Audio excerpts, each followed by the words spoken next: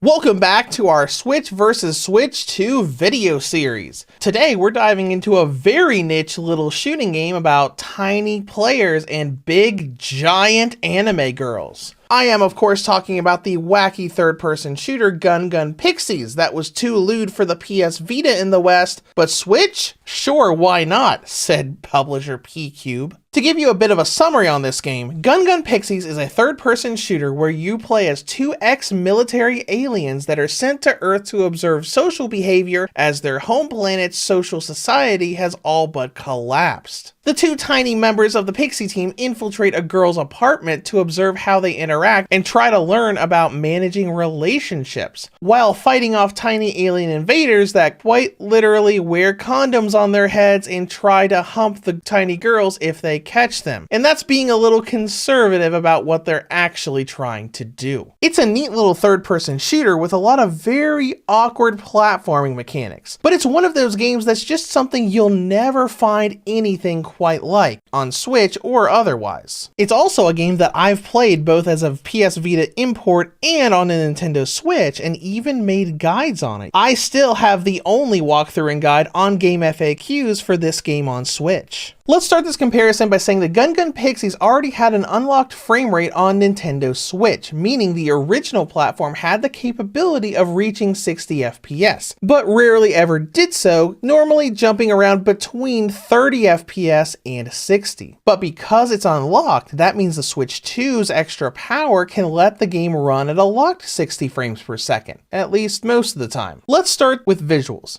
The game already looked good on Switch 1, and you will not be able to tell the difference between the two platforms. Here's a screenshot on Switch 1 with Eri knocked out during the treadmill stage, and it looks good. Here is the same situation on Switch 2. There is a difference here, but can you even see it? Let's look a little closer. Here's a zoomed in look of Kamepon and take a good look at those ultra tiny jagged edges around her model. Here it is again on Switch 2, and there are a lot less jagged edges around her model, but you will never be able to see it without zooming in on screenshots. So for all intents and purposes, they look exactly the same. With load times, the game's already great on Switch 1. The loading is better on Switch 2, but when you look back at the original platform, loading the menu for a challenge or a stage takes the Switch roughly 6 seconds to go into, which is already pretty much nothing. On the Switch 2, that same loading sequence will take around 3 to 4 seconds. And loading into an actual 3D stage will typically take the Switch 1 around 9 to 10 seconds total, while doing the same stage on Switch 2 takes around 5 to 6 seconds. Don't get me wrong, these are improvements, but you already had less than 10 seconds of waiting to load into an area. That's literally nothing. The real changes happen during gameplay when you're running around the girls' rooms, shooting down little aliens and shooting the girls themselves when they show up as bosses.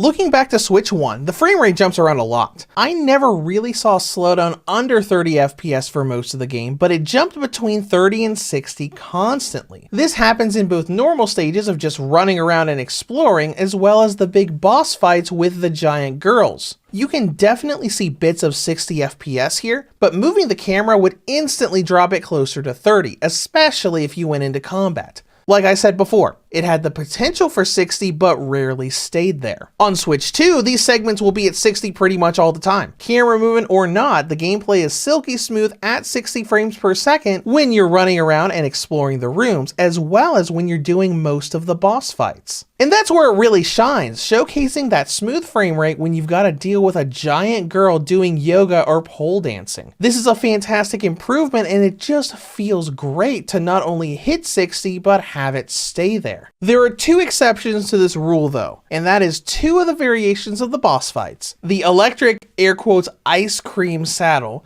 and the treadmill purification boss fight. These don't show up right away. The saddle shows up in chapter 2 and the treadmill doesn't show up until chapter 6. But they have the most going on with the most effects on screen with all those little projectiles that are thrown at you during the fight. Now on Switch 1, you can see significant slowdown here that is potentially beneath 30 FPS whenever those water or ice-based projectiles hit the ground near you. On Switch 2, these are the only part of the game to break the 60 FPS lock the new platform gives the game. When the particles hit the ground near you and when you move the camera while looking at them, the FPS will drop beneath 60. It's not going to be anywhere near being below 30, but it will break that seemingly perfect 60 FPS flow. It's also worth noting that the electric saddle boss fight doesn't really drop it down that much, not nearly as much as the treadmill boss fight does. This is a reminder that the Switch 2 isn't some magic bullet that optimizes every Switch game to perfection. Unpatched games use the extra power, but if they're not well optimized, they're not going to give you perfection. We saw that last week on my first Switch 2 live stream when Mugen Souls had crashing with battles and Bloodstained showed little bits of slowdown here and there. But overall, I think this is wonderfully improved. The treadmill and saddle purifications break the 60 FPS lock, but literally everything else just sticks to 60 FPS all the time. Even the bath time sequences where you have bubbles everywhere and you jump onto the girls' bodies sticks to 60 FPS without falling. And that's all I have to show you for performance. Because we did this last time, here are a few minutes of the game running side by side on Switch 1 and Switch 2.